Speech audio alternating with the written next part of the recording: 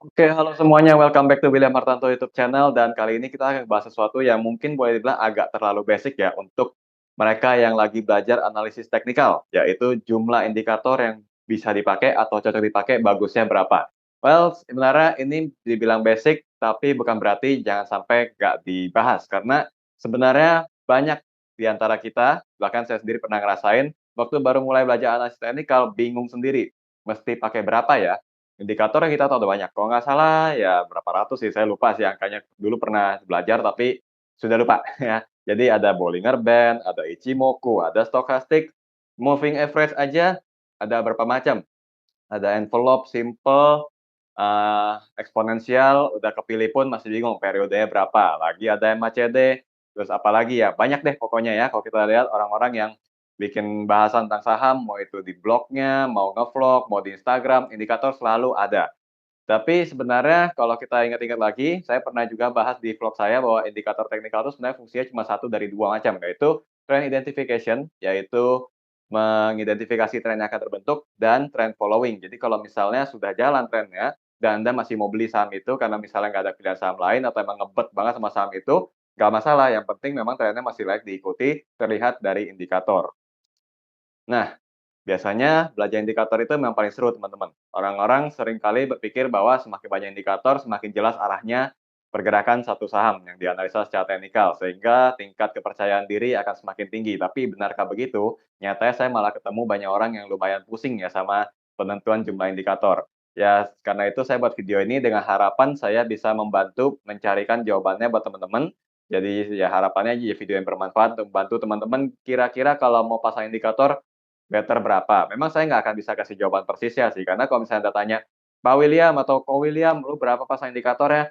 Kadang-kadang saya bisa pakai cuman satu, seperti yang kalian lihat di Outlook WH Project, di website saya selalu cuma pakai MACD, kadang-kadang 2 MACD tambahin moving average 20, atau MACD pakai pattern, dan terakhir-terakhir ini saya bahkan nggak pakai indikator sama sekali karena lagi mencoba aja sih. Dan hasilnya sama aja, mungkin karena memang pengaruh jam terbang. Ya, saya saat vlog ini buat kan saya sudah 10 tahun di market, gitu. Jadi mungkin karena udah belajarnya cukup banyak, pengalaman dan sense-nya terhadap market sudah terbentuk, jadi ketika saya hilang indikator ternyata hasilnya ya mirip-mirip aja gitu. Saya cobanya, salah satu indikator yang saya biasa pakai itu kan MACD kan, yang mana saya pakai buat nyolong start dengan melihat bullish divergence-nya. Ternyata ketika saya hilangin indikator MACD-nya, bisa juga gitu loh. Jadi, mungkin video ini lebih kepada di awal-awal buat Anda yang masih bingung butuh indikator. But one day kalau Anda udah merasa nggak butuh indikator, ya udah nggak usah pakai, gitu ya. Itu bukan sesuatu yang salah kalau nggak pakai indikator. Indikator itu cuma alat bantu yang mana fungsinya mengkomparasi ya, selain, setelah trend identification dan trend following, dikomparasi dengan kenyataan. Apakah benar-benar terkonfirmasi bahwa satu saham itu layak diikuti atau enggak. Nah, biasanya kendala itu orang-orang kalau yang masih pemula kayak begini teman-teman, saya share screen dulu ya, ini dia.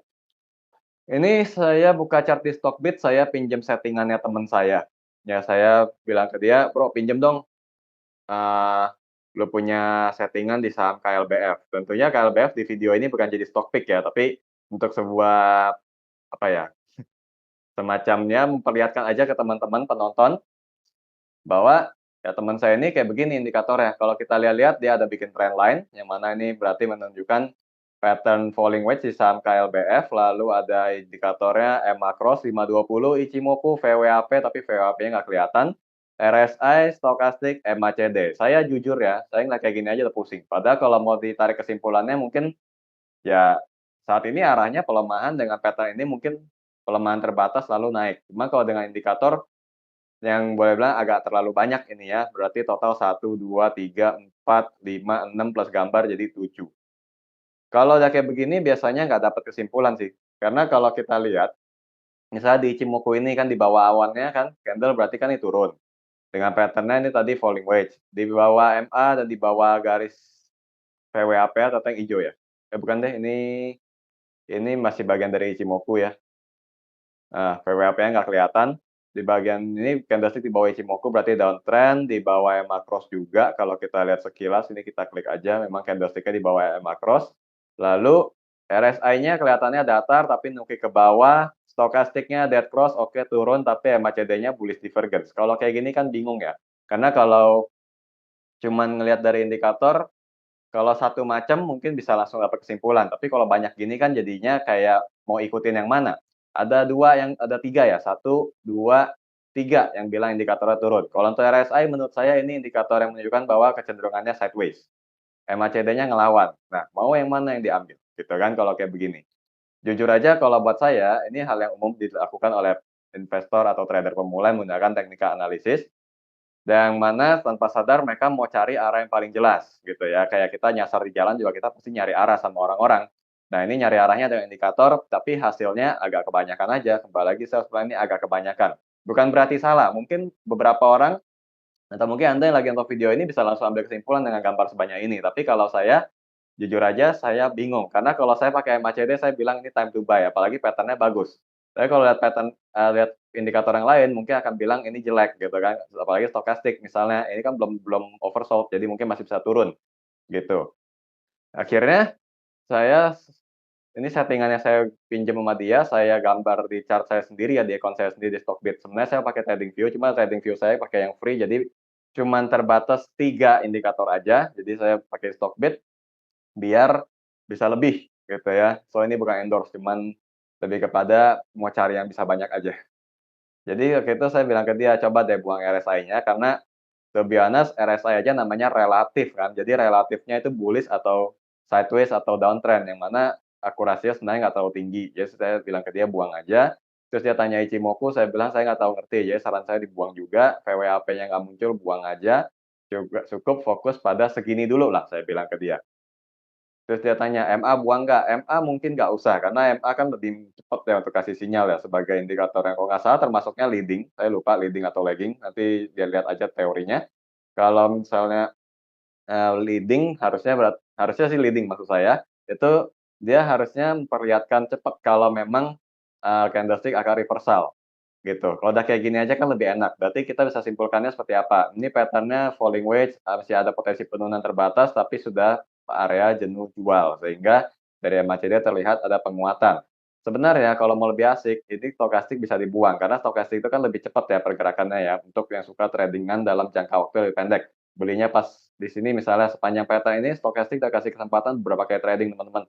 Satu kali, di sini golden cross, lalu dead cross kesempatan buang, tapi nggak tahu sih candle begini bisa buang atau enggak. Ada golden cross lagi, naik, dead cross lagi, buang. Oke, di sini stokastik bisa. Tapi kalau yang sukanya swing, stokastik boleh aja ditinggalkan.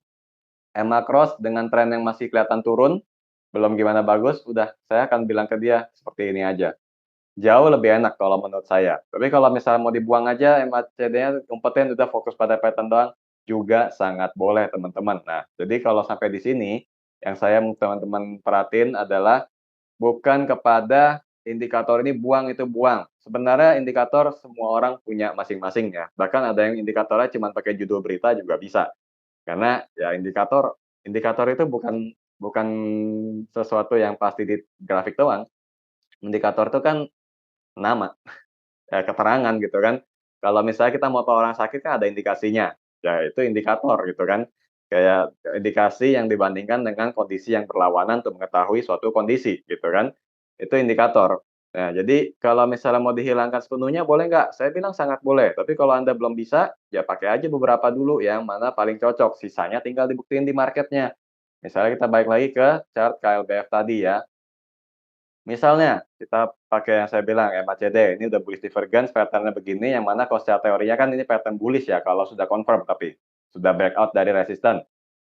Kalau kondisinya begini, tinggal pembuktiannya teman-teman, apakah indikator ini layak atau enggak. Kalau benar harusnya KLBF mungkin dalam waktu singkat sudah menguat kembali, akan mulai naik gitu ya, misalnya breakout di sini terus ke atas gitu.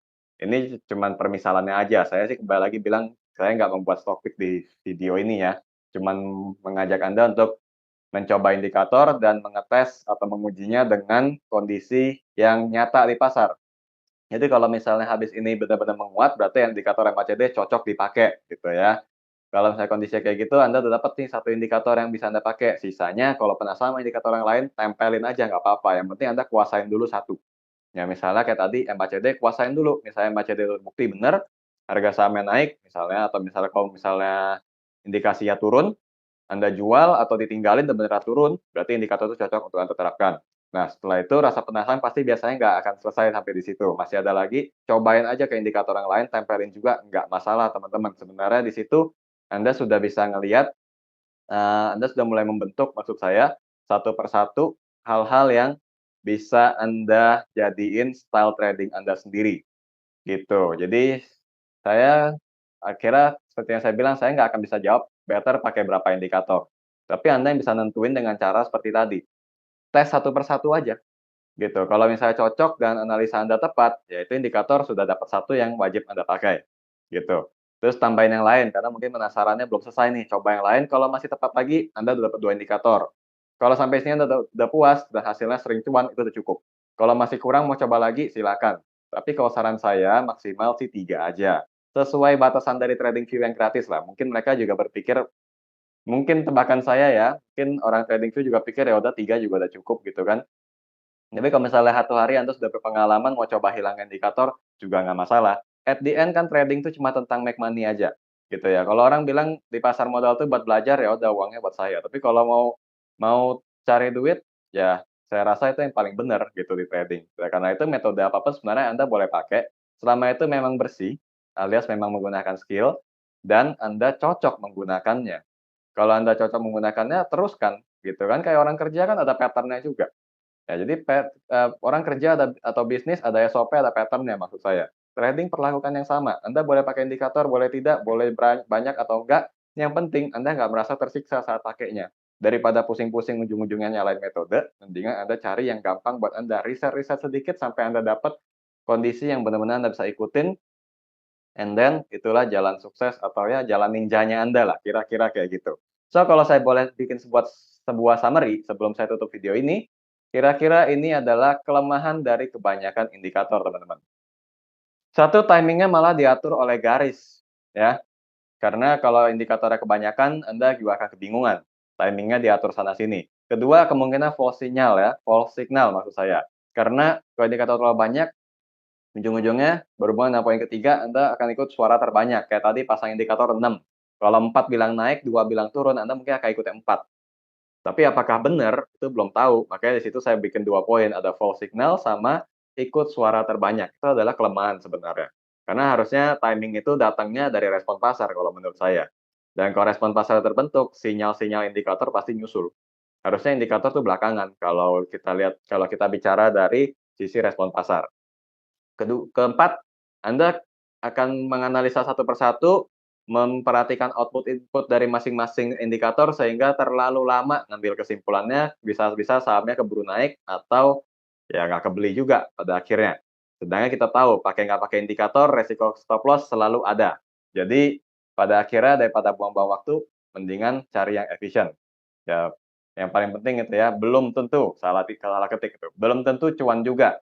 Effort-nya Anda kebanyakan dengan indikator yang juga tempelin sana sini, lalu tidak sesuai dengan hasil, itu sangat bisa. Jadi kalau misalnya sudah indikator terlalu banyak, ujung-ujungnya salah, seperti yang saya bilang tadi, mungkin Anda akan berakhir menyalahkan metodenya, padahal belum tentu metodenya salah. Mungkin aja yang salah adalah Anda karena ngadu-ngaduin masing-masing indikator, gitu. Makanya saran saya kalau dari saya, saran maksimal sih 3 aja, sesuai dengan batasan maksimal dari akun TradingView yang gratis lah, kalau saya bilang gitu. Tapi kalau misalnya Anda mau lebih dan memang butuh lebih, itu hak Anda. Saya cuma membantu menjawab aja, kalau bisa lebih sedikit lebih bagus. Yang penting setelah Anda backtest, itu memang sering benar, ya nggak harus 100% karena indikator yang 100% akurasi itu belum ada. Ya, yang penting sering benar, misalnya 10 kali trading cuma kalah 2 kali atau 3 kali itu bagus, gitu ya. Dan Anda cocok, nyaman, nggak pusing ngikutinnya, itu yang paling penting. Jadi kira-kira seperti itu aja, semoga video ini menjawab pertanyaan teman-teman yang masih ragu dengan jumlah indikator. Saya harap, setelah ini trading teman-teman jadi lebih gampang, dan silakan like dan dislike sebagai responder terhadap video ini, dan kita ketemu lagi pada vlog selanjutnya. See you again.